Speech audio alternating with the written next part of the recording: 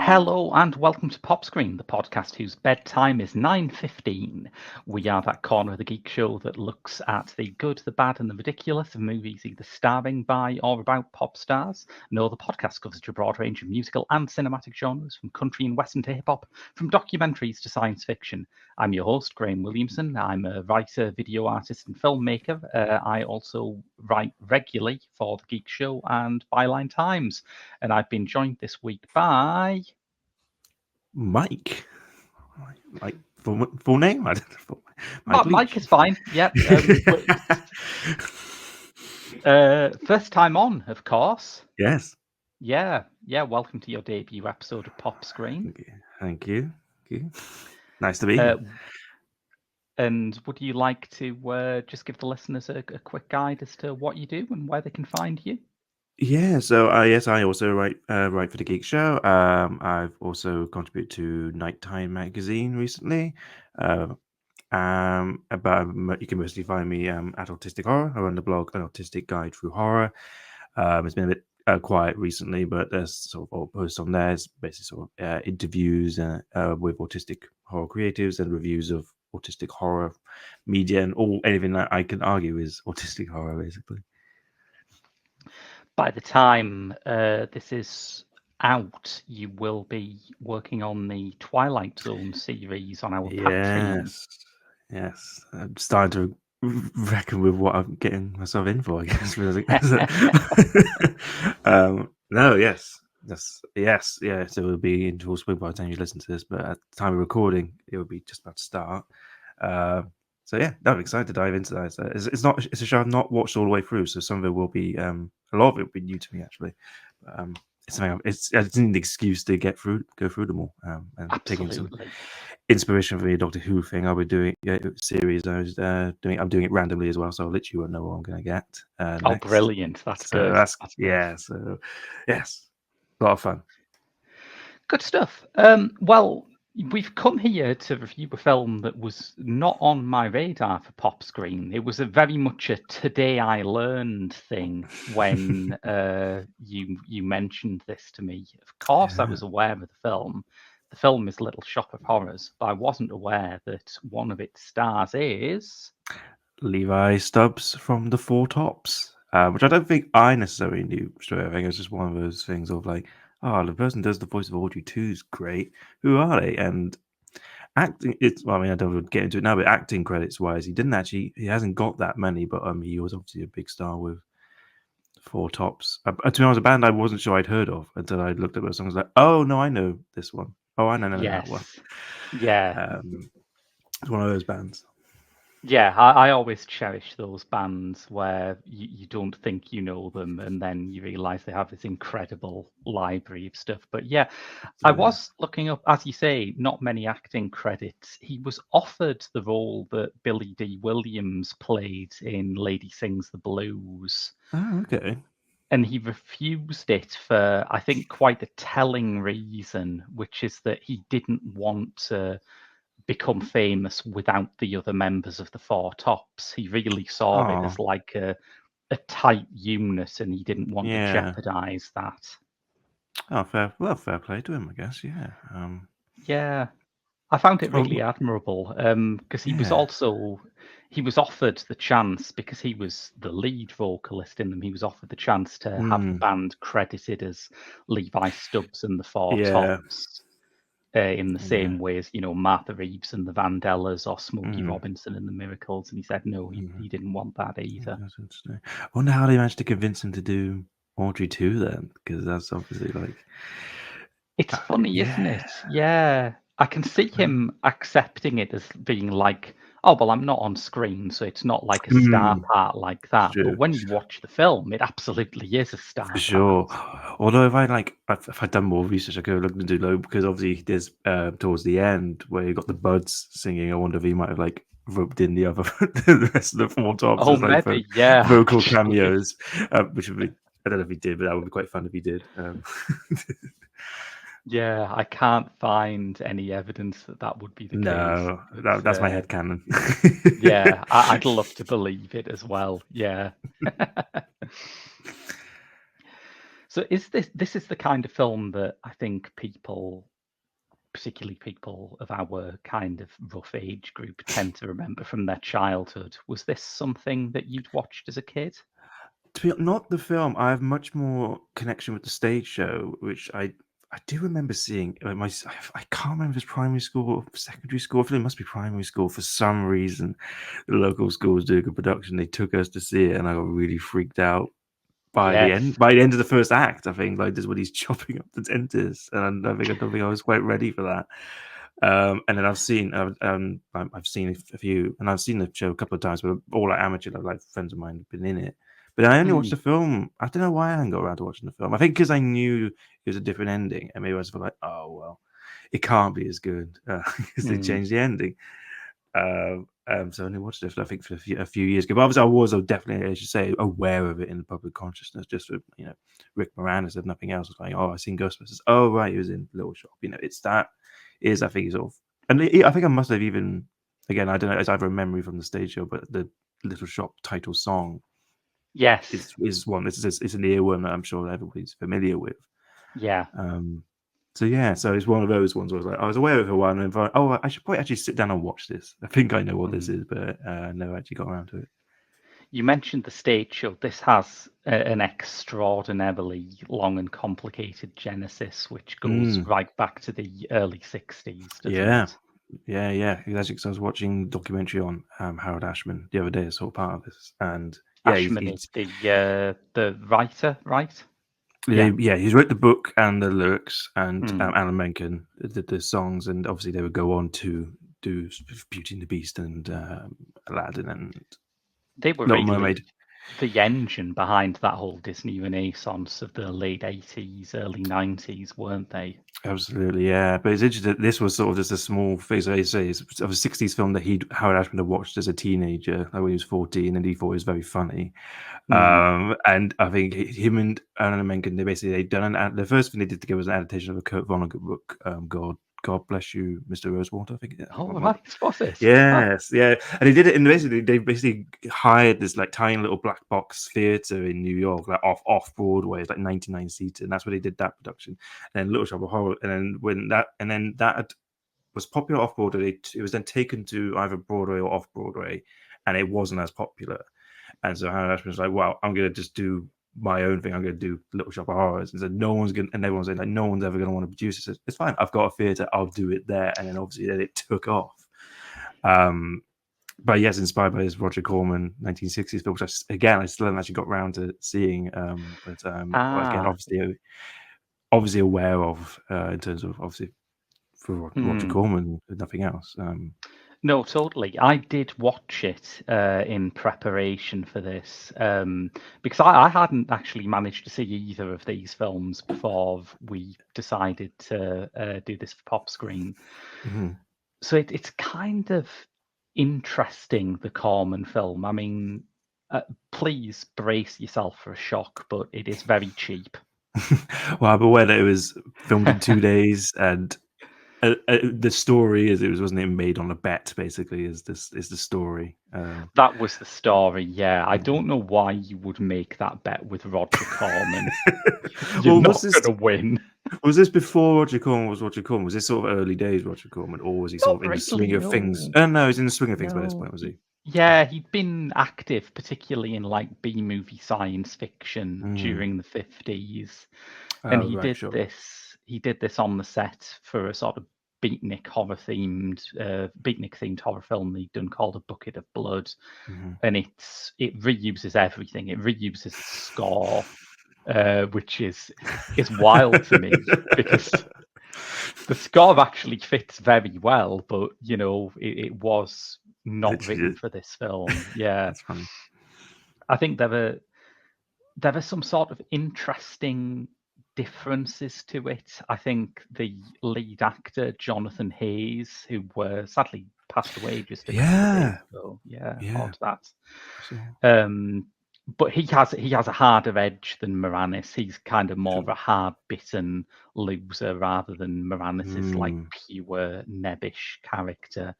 But Mhm. the big change is that Audrey II is not that interesting a presence in the original.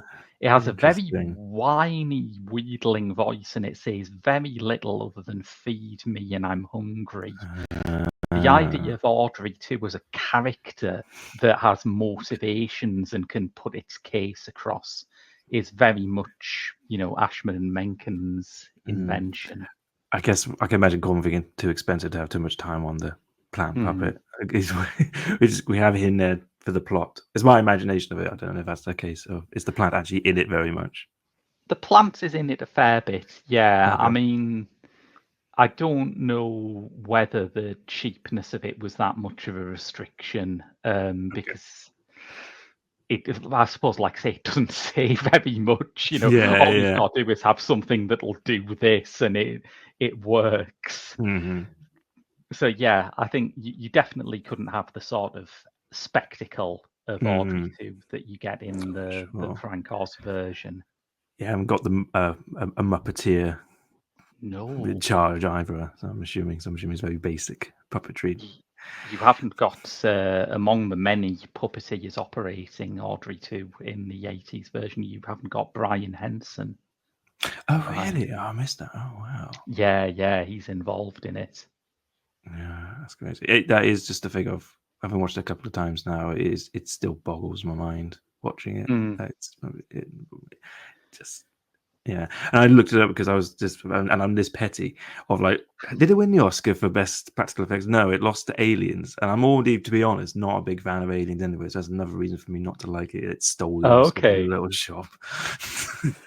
There were a couple of awards where I thought it was absolutely guaranteed to get. You're right about practical effects. I saw that Mean Green Mother from Outer Space Yes, was nominated for Best Original Song. and I believe the first Oscar-nominated song to contain a swear word. I That believe is that correct. yes, which is very Yeah. funny. But what did that lose to? I'm just going to look that up because I remember it. It was one of those things like Aliens where you sort of think, I see what you mean, but I'm Yeah, still kind of angry. I think I saw that as well. I can't. I'm sure it's one that will go like, oh, that I don't remember that song. We're compared to No, Green Green it's Murray. it's one that you do remember, but I don't think Oh, it's okay. anywhere near as good a song. It's Take My Breath Away from Top Gun. Yeah, I Top mean, Gun.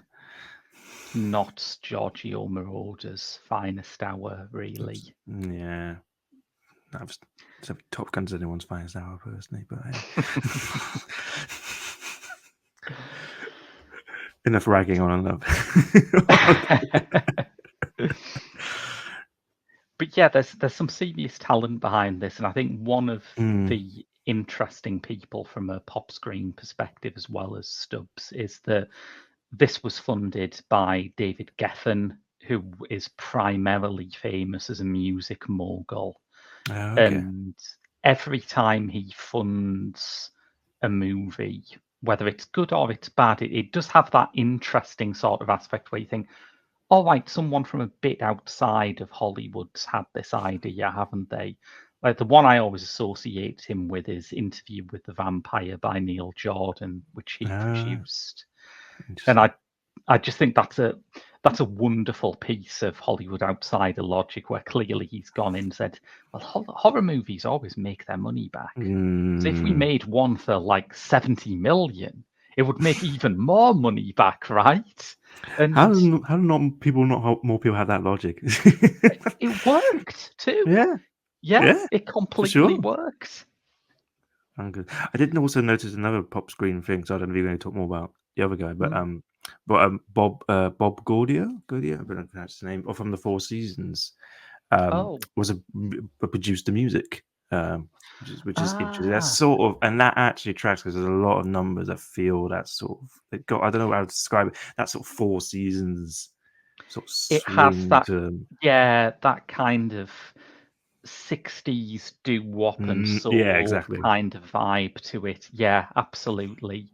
Yeah. Which I think is interesting. I mean, it's one of those films that I guess you could say has a soft period setting. You always get that it has a kind of 60s vibe, but it's not like, nobody turns the TV on and they're watching the JFK assassination or anything like that. You say that, right? I clocked this right at the start. Seymour turns on the radio and they mention stuff about President Kennedy. But other than that, you're right. But that they do have that. But yes, other than that, they don't really sort of are specific with it. They have that said like we're in the 60s, and now we move on to the rest of them. Yeah, fair enough. Yeah. I suppose that's one of the things about remaking a film that was made in 1960, like bang on 1960, is that you can make it feel more 60s. The Corman film doesn't feel very 60s because no one knew what the 60s were going to be at that point. So yeah, it starts, as you say, with absolutely a worm of a theme song, and it's got this sort of three-girl Greek chorus who are all named after girl groups of the 60s. There's Crystal for the Crystals, Vanette for the Vanettes, and Chiffon for the Chiffons. That's interesting. I didn't know that. Yeah, they're great. they're great. And I love their costume. I love this one particular bit at the beginning of Skid Row is like they've just been yelled at by Mushnik. They walk off screen, and we follow this. And this is all in one shot. They walk off screen in their like urban clothing or whatever, like youth clothing. And you follow this old lady singing the start of Skid Row. By the time she gets to the end of the alley, one of them's back up, and she's in a beautiful like pink triple purple dress. And it's like that's a lovely little quick change that's clearly happened on screen. And it's like there's so many things like that. It's like they've gone to so much more effort than they need to make it a bit more theatrical, make it a bit more fun. Yeah, it's funny that because apparently when Frank Oz was sent the material and he saw the stage show and he read the script, his worry was that it would be far too stagey, and you can sort of see why. I mean, it's all almost entirely set in one rundown building. Yeah, it's not got much scope for opening out, but. Yeah, I think he manages to deal with that Greek chorus, which is a very sort of theatrical tradition, very well. Yeah, the fact that you don't even really think about them in that sense, you know what I mean? They're just part, like you say, just part of the storytelling of it. I think it helps they have that sort of opening scroll at the start as well, like on the 23rd day of September. And it's setting it up. It's not even just set in the 60s. It's like it's made in the 60s. That's what it's going for. You know, at the end where it goes like the end ? Exclamation mark. The sort of the way it's trying to capture that energy with a sort of 80s movie budget, I guess. Yeah, I think there's this cycle, isn't there, of 80s and very early 90s stuff that is harking back to that kind of 50s and 60s B-movie vibe, and sometimes it's a complete reinvention, like say John Carpenter's The Thing. You know, you would never know that was based on a 50s film. There's nothing 50s in its style, but a lot of the time they do play around with the kind of retro futurism of it and the sort of kitsch of it, and that's what this is doing. Yeah, definitely. Yeah, kitsch is a great word for it. Yeah. You said you came to it through the musical, through the stage musical. Is that an interest of yours in general, or was it just the sort of childhood association with this traumatic scroll? No, I do genuinely love the music. I think all the songs are great. As I said, I probably had that association as a kid, but then my drama society did it in my second year, and there's a great story with that in terms of the plant. They'd hired a plant puppet, but then I think it was must have been I can't remember now exactly, but 72 hours. It was when they're doing a tech run. They got the plant, it arrived, and they couldn't get it into the theatre. So they had to make the plant, as in the giant plant at the end, they had to make it from scratch in 72 hours or something. And it's hilarious because it starts like an act, obviously. So basically, the first act ends with Seymour killing the dentist, and that's Mm. it's the interval, and it picks up with the planet much bigger, and so the Drama Society one, you could just see the lips poking through the curtain. That's how big they'd made it, that it had to make from scratch. I don't think the actors had a chance to really practice getting eaten by it until maybe the night before the first night. So I've got that. So I've got that sort of association. But again, I think as a show, it's just one of it. I feel like, is it just too poppy and fun to be like one of my favorite musicals? Like, no, this is a genuinely well crafted, witty musical that does exactly what it needs to be. And I think to be fun and sincere, Yeah. as well. Like by the end, it's genuinely sort of affecting you. You are invested in these characters as much as they're sort of riffs on archetypes. And I think a lot of it comes down to if you get good performers for it as well, which obviously this film obviously does. I think across the board, everyone's nailing it. Even and especially when you got like Steve Martin on one hand, just going, he's at ripping the scenery off with his bare teeth, and then but then sort of, I guess Ellen Green's slightly, I mean, she's obviously over the top, but also very sincere performance as well. So I think it's striking to get all that to work somehow. Well, Ellen Green is an interesting presence in it because this is one of those kind of 80s Hollywood comedy films where every other part is like, oh, that guy, that guy, that guy. It's a cameo stuffed film, but Frank Oz really dug his heels in on Ellen Green. Geffen wanted bigger stars. He was very interested in hiring Cyndi Lauper, who was making her own sort of first steps into Hollywood with films like Vibes at the time, but she didn't do it for whatever reason. Frank Oz thought that Green should do it because Green had originated the role on Broadway. Yeah.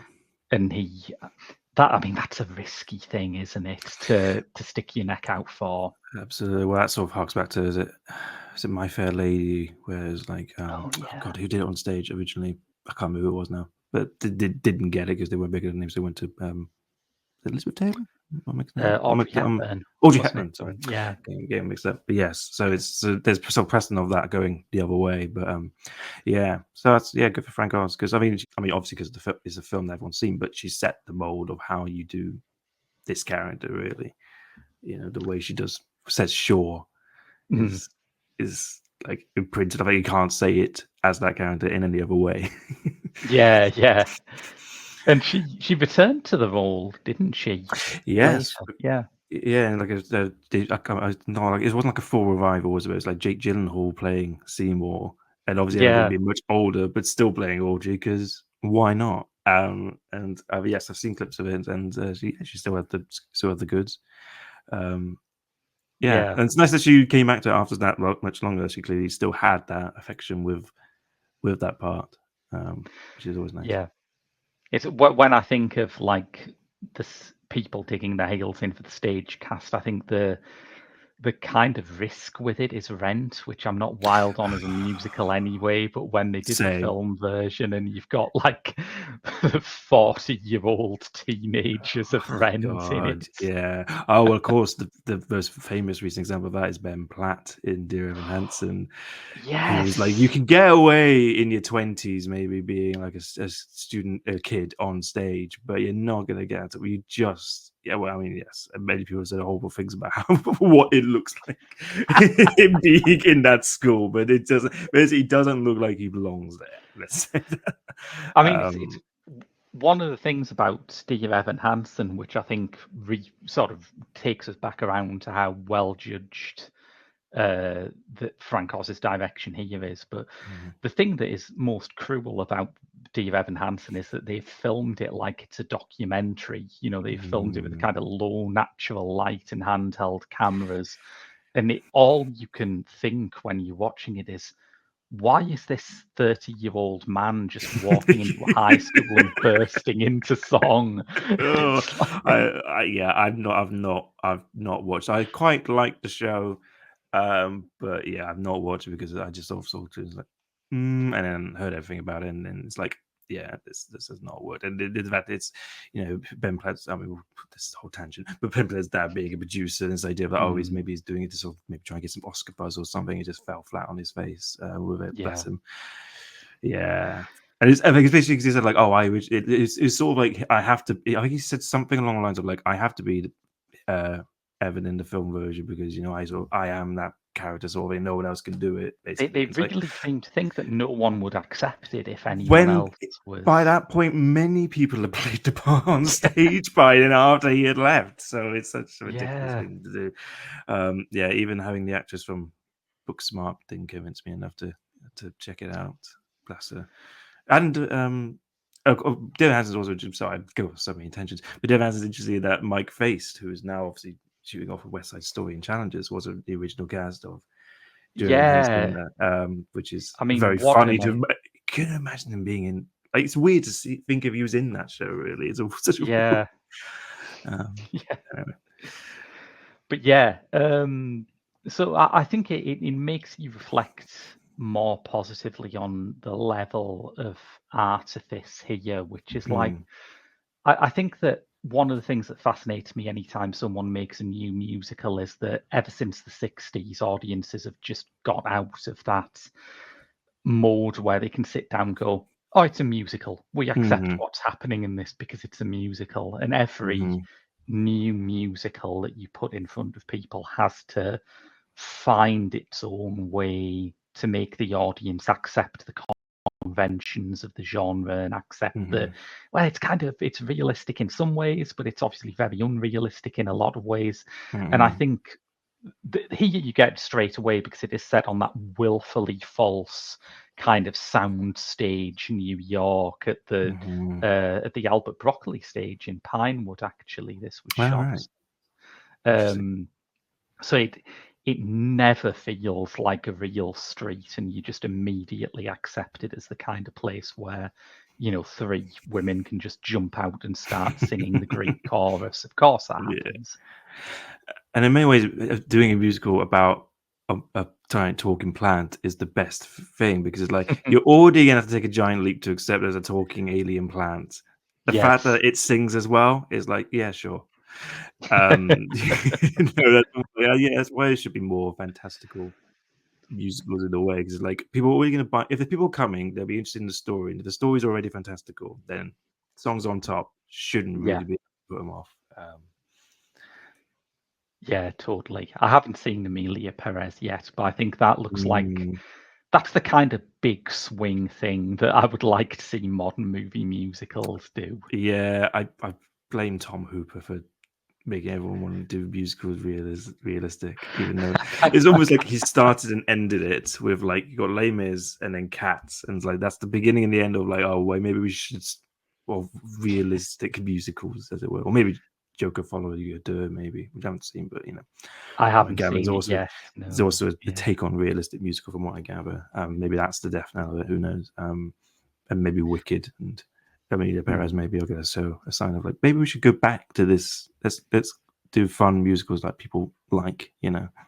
It's a bold step, isn't it? I know. People like. Remember when musicals were fun and we didn't have to take them too seriously? Like there are serious musicals out there that maybe you could warrant that sort of approach, but like I don't know. Sometimes they're inherently, like you said, there's inherently an artifice to it. There's inherently a bit of you've got to have a bit of fun with it, even if it's definitely serious material, which of course this isn't particularly.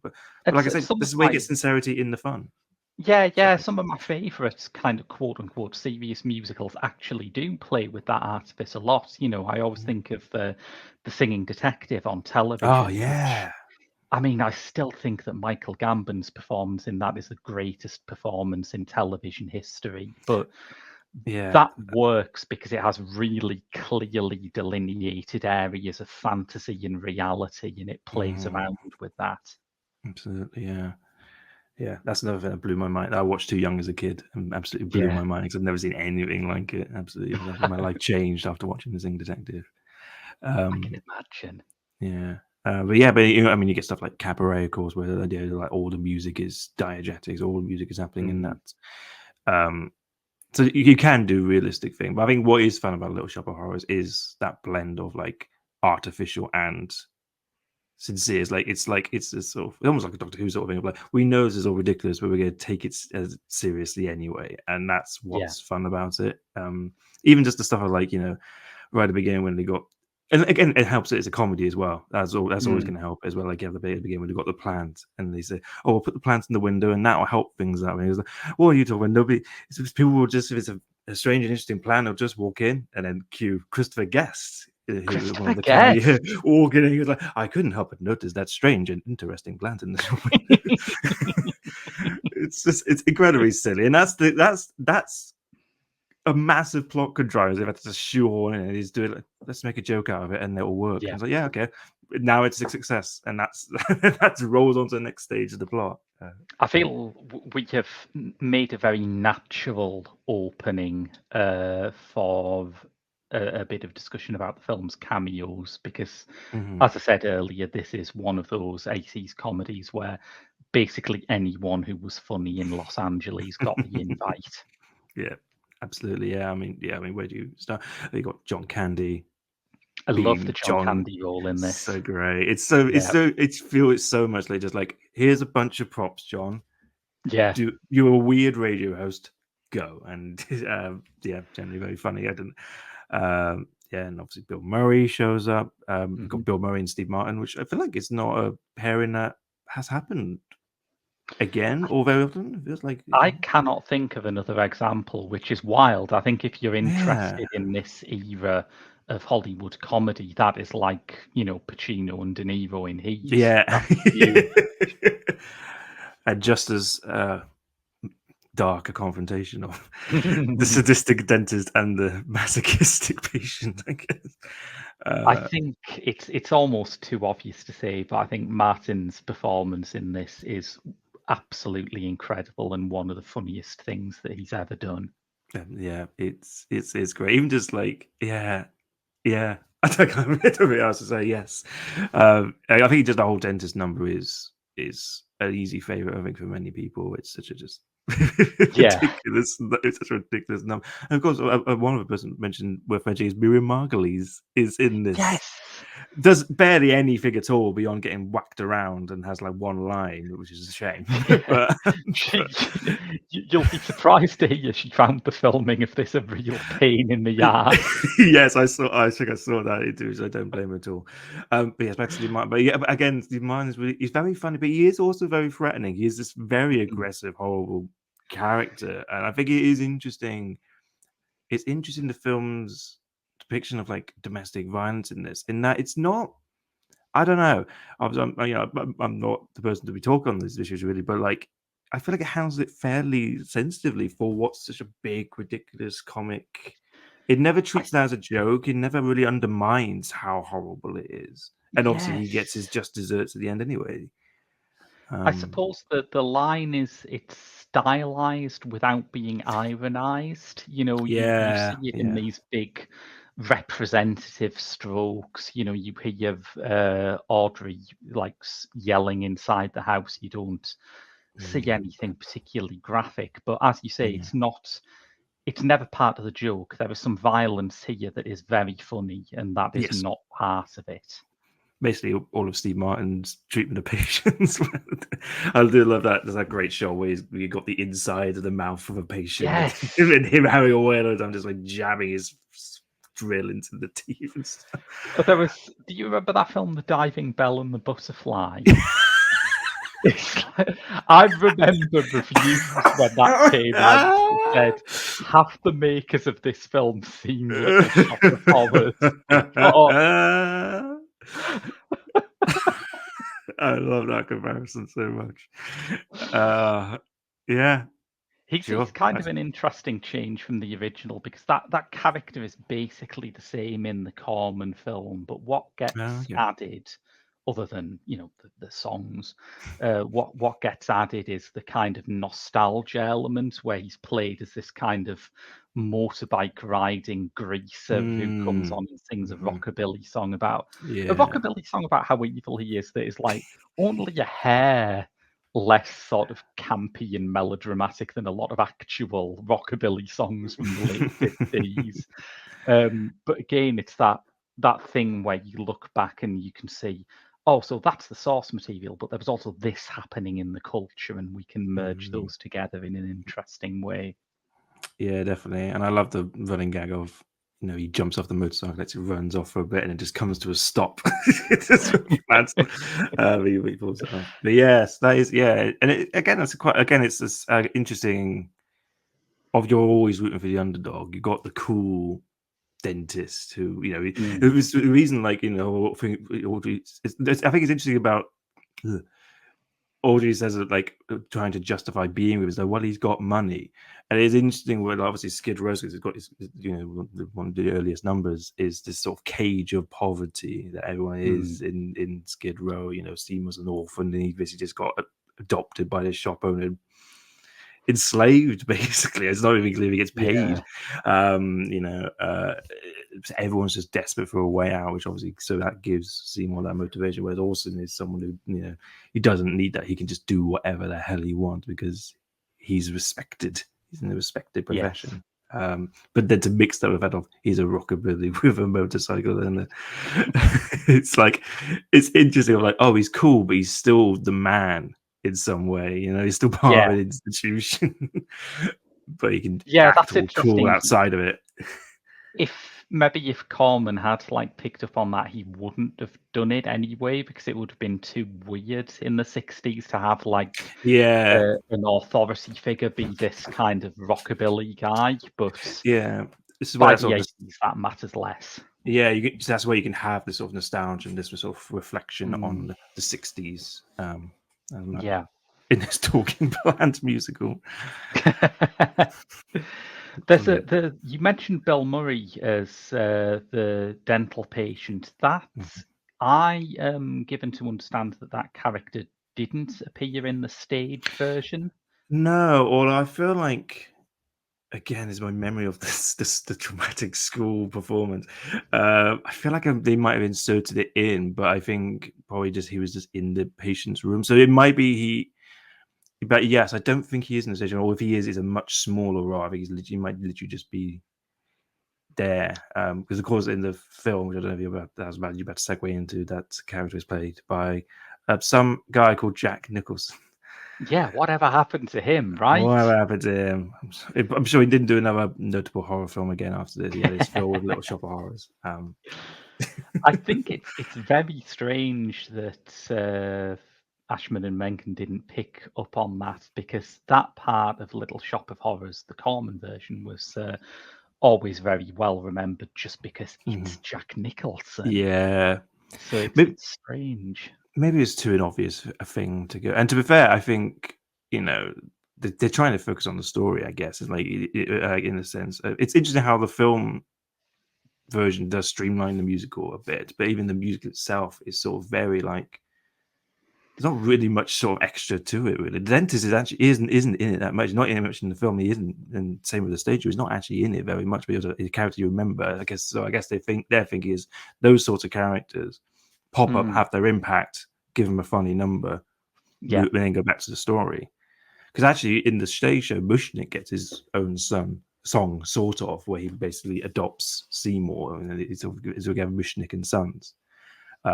Which they cut from the film, and I think that's a fair cut, actually, because it sort of doesn't really add anything per se. It sort of is a bit, it's a sort of fun sort of Jewish style number, basically. So it all goes a bit sort of bar mitzvah and things like that. Yeah. There's a couple of other cuts, though, that are a bit more contentious, aren't they? Yeah. Oh, wow. Are we talking about the ending, or are we talking about? No. There's my most contentious one is a song called "The Meek Shall Inherit," which you get a snippet of here. Which is basically a song, which is quite important song. It's a transition from Seymour basically he's been offered all these contracts, and he has a sort of song about should I do this or not, and he basically does it for Audrey, because it's like, she won't love me if I'm not famous. And what's particular about it, which I only found out recently, is a great YouTube channel I discovered called The Little Shop Archive, which has a great sort of well, as you imagine, an archive of sort of various sort of videos related to Little Shop, the stage show, and the film. And I didn't realize that they had filmed The Meek Shall Inherit as a number. And it's interesting because it is much more fantastical. It's quite interesting to look at, and because it's in Seymour's head, it's him imagining this success. You've got this sort of giant it's almost like singing in the rain, when you have those Yes. big stage. What's the word I'm looking for? This big You've got stage that. where you're plant in the corner and Audrey running towards Seymour, but she's going towards the plant because he thinks that's what she cares about more than him. And it's really. I can see why they cut it, because it doesn't quite fit stylistically with the rest of the film, which is, while ridiculous and over the top, doesn't push the sort of fantastical stylings that hard apart from that number. Yeah.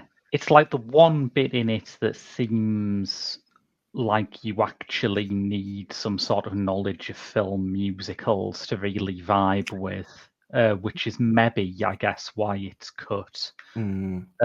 Although I suppose the other reason is, well, I did watch that number because he sent me the link to the YouTube channel, and I think one of the interesting things about it is that it's the only bit where Seymour really wrestles with the idea of whether or not he should kill Audrey II.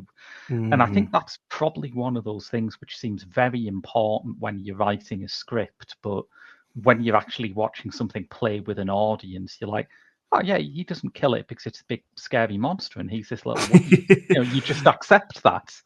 That's a fair point, and actually, and you do sort of get. I did notice watching this, like, so you get a snippet of the song here, and then you do get a scene following that where he basically encapsulates that whole song in like a little mini monologue to himself. It's like, oh, should I do it? Oh, but she leave me anyway, and then sort of moves on. Yeah.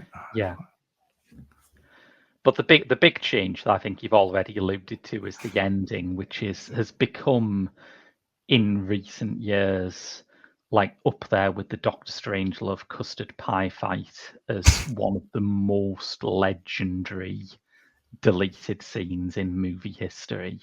Yeah, so much that there is now, and I actually watched it for the first time because which is this director's cut, which restores the original ending because they found, because before it only previously existed as like a black and white work print basically, but they found the color negatives and they sort of put the ending on. And yes, so the ending of the stage show is that Audrey gets eaten by Audrey II.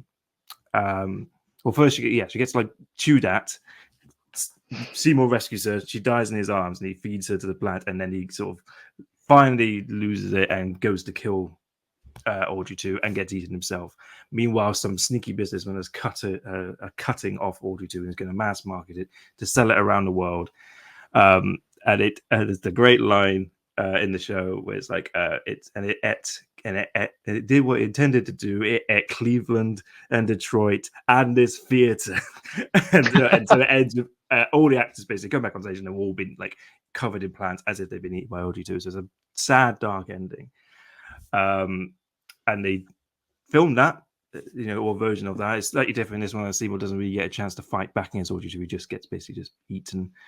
And then and the same thing happens, and they play it to audiences, and they said it's too sad, we don't like it, so they reshot. And what's interesting, because I hadn't seen the director's version. So Jim Belushi is one of the cameos, and he shows up at the end in the original version. That character is in director's cut, played by someone else, because basically after Audrey gets eaten, Seymour runs to the top of the building as if to kill himself, and the guy interrupts him, and then they have the whole conversation about, we're going to sell this plant. Plants are out of copyright. You can't. Plants are free domain. You can't steal it from us. But yes, so the Hollywood ending is Paul Dooley, yeah. So that's interesting. That clearly was a reshoot, and they couldn't get him back, so they just got Jim Belushi in instead for whatever reason. And so this time Audrey survives, and she's still standing outside while Seymour fizzles about, and it still plays out exactly the same. The sweet Mean Green Mother of Mountain number plays out as normal, but instead of Seymour sort of being taken out of rubble and eaten, he sort of electrocutes the plant, and then we get a sudden cut to Seymour and Audrey living a happy life that they've always wanted, except there's one little Audrey II plant. And so he keeps a bit of, it's not necessarily going to end happily, but it's interesting to compare to, because for me, like, the original ending does feel a bit rushed. but the director's cut also feels a bit too long. In that, I think Frank was having too much fun doing B movie plans, destroying New York, and it's like Yes. it looked. If it was trimmed a little bit, it'd be perfect. But it just goes on a little bit too long. It's a little bit too repetitive. So there's a sweet spot in the middle there that they could hit. I think to get the perfect version of Little Shop. But I do remember not being as angry when I finally watched the original. I was like, oh, okay. It's a bit abrupt, but it still works. I think the ending that they went with is interesting in that it refocuses so much more of the plot on Seymour and Audrey's relationship. You know, it's something that you get like in the main body of the film. Audrey has that solo number where she sings about, you know, her fantasy of settling down, and it's, you know, got references to Father Knows Best and I Love Lucy in, and it's very sort of camp and again very kitsch. And then the ending always felt slightly odd to me because part of me's thinking, oh, sorry, I was supposed to unironically invest in that, wasn't I? It's an odd turn. And also there's the dark joke of that song of like she wants to be somewhere that's green, and since she gets eaten by the plant, she does go somewhere that's green. And that doesn't pay off at all. No, it doesn't. No. Yeah. But it is true that you're right in terms of investing in the relationship that is like, because it was watching this again as like this whole supper time sequence when Audrey gets first ensnared, but it's generally sort of quite tense, and I was quite emotional when, you know, watching, especially when watching director's cut. I think actually that scene, because she does a reprise of Somewhere That's Green just before she dies. So that is there in the sort of director's cut as well. I mean, they do sort of play that emotionally as well, but then launch into, but we're now going to have giant 10-foot plant monsters. Whereas this, I guess, like you say, it allows them to, they have the happy ending that we've been rooting for the whole time. So you can sort of see why it's going for the sort of the crowd pleasing effect at the end there. I think there is a case to be made that no one ever quite worked out how to end Little Shop of Horrors properly. Like I don't want to spoil the ending of the original for you because you said you hadn't seen this, and I do think it's worth digging out. I think it's an interesting film. But the ending to that doesn't work, in my opinion. Right, interesting. That doesn't work either. It's quite hard. It's quite hard for it to end in a way because it's sort of the plot is quite slim, and in a way, not a lot really happens. And it's not quite clear how long it's meant to have taken place. Really, because it's either been like a week or much longer. It's not clear how, but it's a bit nitpicky, I guess. But I think you're right in terms of like, how do you defeat this charismatic, seemingly omniscient, not omnipotent, like all-powerful alien plant? Whose characters are like deliberately comically ill-defined. You know, part of the fun with Audrey II is that every time you think you've got the measure of it, something else weird pops up out of it. So how do you beat that? Yeah, absolutely. So it's almost like too good a baddie. It's too good a monster to want to kill in a way. Frank Oz had a great quote, I think, about why that original stage ending didn't work. Where he says, in theatre, they were killed and then they come out and take a bow. And in the film, they're just killed.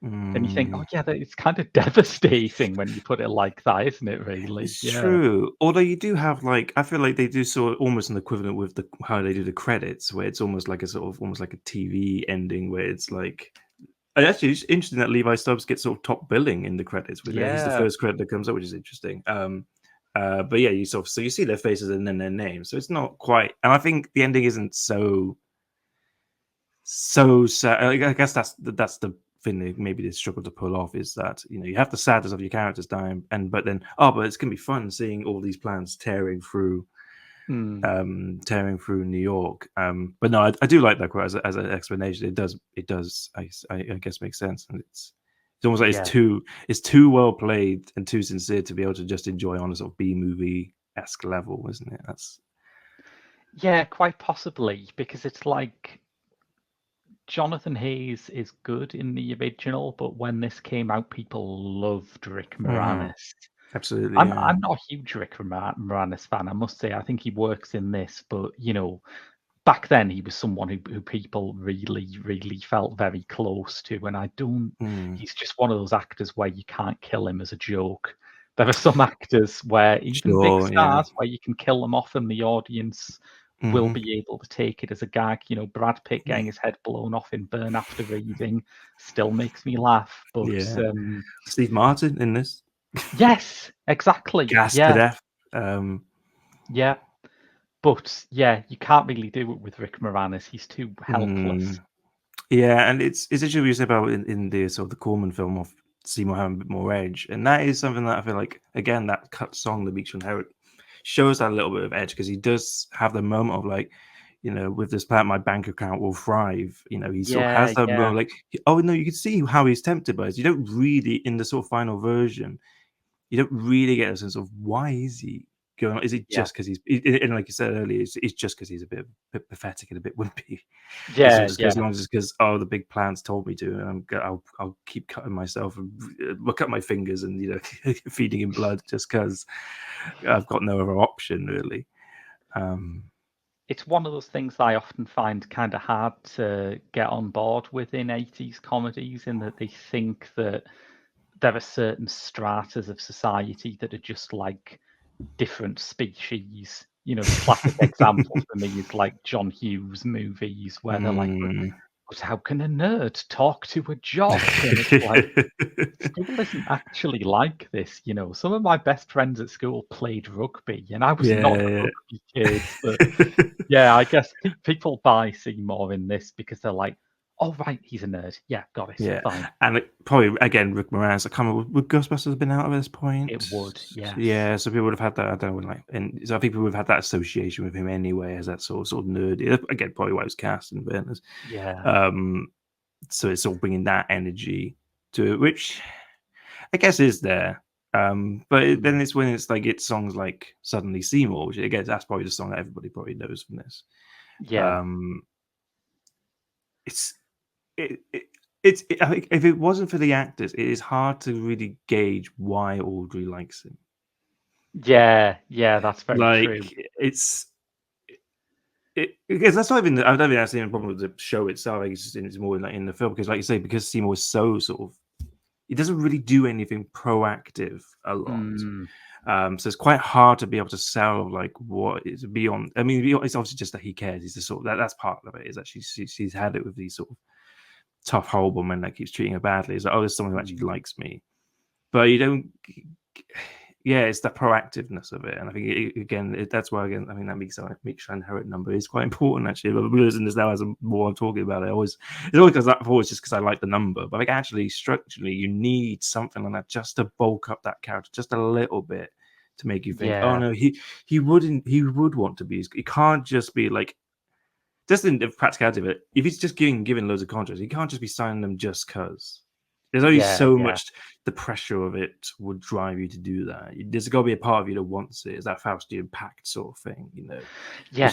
And of course, that happens right at the start when he says, "Oh, I'll kill all the dentist because he's treating her rough." And even though the first thing he says when the plan says, like, "Oh yeah, I can get you anything you want," like, "Oh, I'd like a Harley David machine driving around like I was James Dean." Again, a little bit more emphasis of that in the performance or whatever would have sort of just bulked up a little bit. Like, oh no, you know, make it more than just a weedy, because clearly that's part of his desire. He wants to be cooler. He sort of looks up. He wants to be the cool guy a bit. Yeah.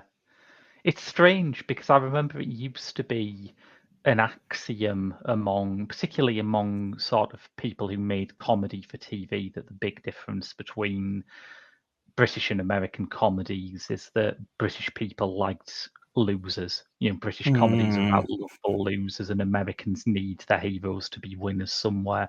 I don't think that's true now. You know, I don't think I don't think so. you can't fit It's Always Sunny in Philadelphia into that kind of scheme. But it's interesting that at the height of the time when that was received wisdom, you do have this film where the hero is basically just a loser, and as you say, he doesn't do anything proactive. But people just went with it. Yeah, and it's even in the show, he does at least try to kill Audrey II at the end and fails. Here, he just gets, in director's cut at least, he just sort of gets eaten. It's not even particularly clear what he does in this version. He just sort of, electricity happens. Yeah, But it's one of those sort of 80s Hollywood tropes, isn't it? That any time something dramatic is happening, there'll be like a blue lightning bolt. yeah. It's the 80s Hollywood equivalent to the sky beam from 2010's blockbusters. Yeah, exactly. Yeah. So you even take that away from him. So even in this new version, like, okay, we're going to make it happier. They still Mm, can't make. I mean, maybe that's the practical aspect of it. Like they can only do so much with reshoots. Maybe they yeah. probably like I don't think they have the plant again really. Um, but yeah, even take that bit of proactiveness away from him, and he sort of saves the day, Yeah. sort of technically against the girl sort of thing. So I guess he gets that sort of ending. Yeah, again, that's why even just bulking out. I mean, again, is there again is a last minute thing. Yeah, that's the problem with it. It does make me wonder. I don't know if you wanted to touch on it at all, but the mooted remake or new version they were going to do. I sort of heard very vague rumours about a new version. It's one of those things That's that's been basically how passed it was. between a lot of people, hasn't it? Yeah. So weirdly enough, I don't think it's ever been stated who was going to be like directing it. Weirdly, I mean, it might Joe Dante maybe, but that's on a very speculative basis. But but yes, but basically there was a version. There's going to be before COVID, basically, which is basically what stopped the production, and then it never happened. They were going to do a version of Little Shop with Chris Evans as the dentist, who's been on record many times in many interviews where he's talked about how excited he was to do it, which is very interesting. Right. He says, "I've still got the audition tape somewhere. I should probably upload it, maybe." And it's like, yeah, maybe you do. It might be a Deadpool situation, maybe it would happen. But they were going to have like Taron Egerton as Seymour and Scarlett Johansson as Audrey, and there's a cast I can get on board with. I could see that working. And I think the most important thing was who's going to be Audrey II, and then we're going to get Billy Porter in, who's best known for stuff like Pose, Yeah, I love that. that's who you get. That's who you Yeah. get to do that. So I'm sort of sad that I haven't. But the question, of course, would have been like, would they have CGI'd Audrey II? And it's like, you look at this, and it's aged so incredibly well. It is unbelievably good. Yeah. You can't do a CGI because people are going to compare it to that. People remember Little Shop of Horrors, partly the film for the puppetry. You Yeah. can't do it. You couldn't do it CGI because you would be slated just for that alone. You'd have I to do think it puppetry. it's also one of those things which is so beautifully suited to puppetry, isn't it? That Yeah. if it looks leathery or rubbery, great. It's a plant. They look like that. Yeah. Yeah, and it nods back to sort of how the stage show was. The stage show, I don't think any stage version of it probably was as elaborate as it is in the film.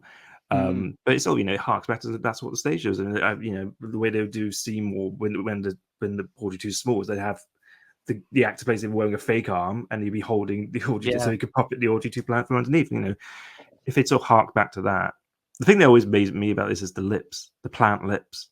I don't know how they get it. Yes. I don't know how they get. I don't know how they did it. I really like how do they get the lips to move that well? I don't understand. I think one of the things was I think they filmed the plant at a higher frame rate than the Yeah. rest of it, which I guess is Frank Oz's history as a puppeteer. He's directed a lot of the Muppet movies, so he knows exactly what he's doing with this. Yeah. Well, I think this is his first solo director credit. I think you're before right. I think he Yeah. co-directed like Dark Crystal and Muppets Take Manhattan or whichever one it was. But yes, and you can sort of tell there's a few moments where you can sort of tell, oh yeah, especially because it moves so quickly at times, and it's like, okay, that's clearly they bumped up the frame rate clearly. But yeah, again, even just the way that one of the shots I love is that when he's on the phone with he, she, it, well, I don't know, what gender is Audrey to? There's a whole other discussion. Where they're on the phone to Audrey. And you can see the hands like tapping impatiently on the window. It's just like such a stupid detail. It's brilliant. So, anything else you'd like to drop in before we wind it up? God, what else? So much. I could talk about this forever. Really, I think. One of the sort of lyrical gags I really like is earlier on when Seymour's talking about how he found the plant, with a slightly dated Chinese plant seller character. Well, I say character, didn't really do anything, but I like the joke of like so you got the chorus singing "Daru," but it's always like a different word. It's like, which I think is a very funny, like shoot bad. Yeah, which I think is very funny. There's lots of funny. It's. I think if you like, yeah, and it's interesting. I have listened to God Bless You, Mr. Rosewater, whatever it's called. It is. It's obviously because it's Kurt Vonnegut, which has got a completely different sort of sensibility to it, but it's also, you know, still got that wit, still got that charm, and that sincerity. Like, it's a really powerful song of the main character talking about like his descendants of previous firemen, and one of them having been in like Dresden in like World War II, Yeah, and like, yeah. but it's Which done is in this the sort of like, something but Vonnegut wrote yeah, about a lot. of course, yes, of course it's Dresden, yeah. And again, it's just in the middle of his song. It's this very haunting little thing, so that's still in there. But it's just great. I think it's really, I really like how well it's aged. Yeah.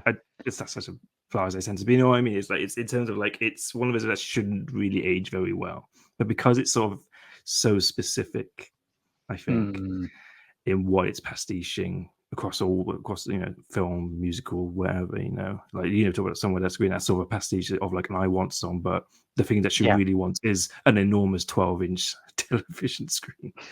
You know, she wants a really, she doesn't end high hopes really high. And again, I think I think that's what I think, it's got that sort of rootability to it, doesn't it? Right? Totally, yeah. And I loved finding out that there is a direct link between Kurt Vonnegut and Disney's Aladdin. I think that's made quite nice. Yes, apparently he did like the stage version. Again, there's a great bit in in the documentary about Howard Ashman, where Kurt Vonnegut showed up one day when they were making it, and he left with a big smile on his face, like, "Oh, thank God," because he sat there like sort of relatively, or he looks relatively stony faced, as is his way, and yeah, so they're absolutely terrified that he wasn't gonna like it. Yeah. Well, just give listeners a little guide to where they might be able to find you on social media. Yeah, so probably best place to find me at Autistic. That's where I usually do stuff. I used to do Letterboxd at Mike Leach, and regularly reviewing for the Geek Show as well. I am also on Letterboxd. Just search for Graham Williamson, and I'm on Instagram at Graham W Films. But next, there'll probably be a Patreon episode out after this, so please do subscribe to our Patreon at www.patreon.com/The Geek Show, not least for Mike's Twilight Zone reviews. I think I might cut this out if it doesn't end up coming off, but we are hoping to do the 2023 version of The Crow as our next free feed episode. It's not all fun and games doing a podcast about pop stars in the movies. But until then, whatever it is, we will be back in 2 weeks' time on your free feed. And thank you for listening. I've been Graham. I've been Mike. And we'll see you in 2 weeks' time.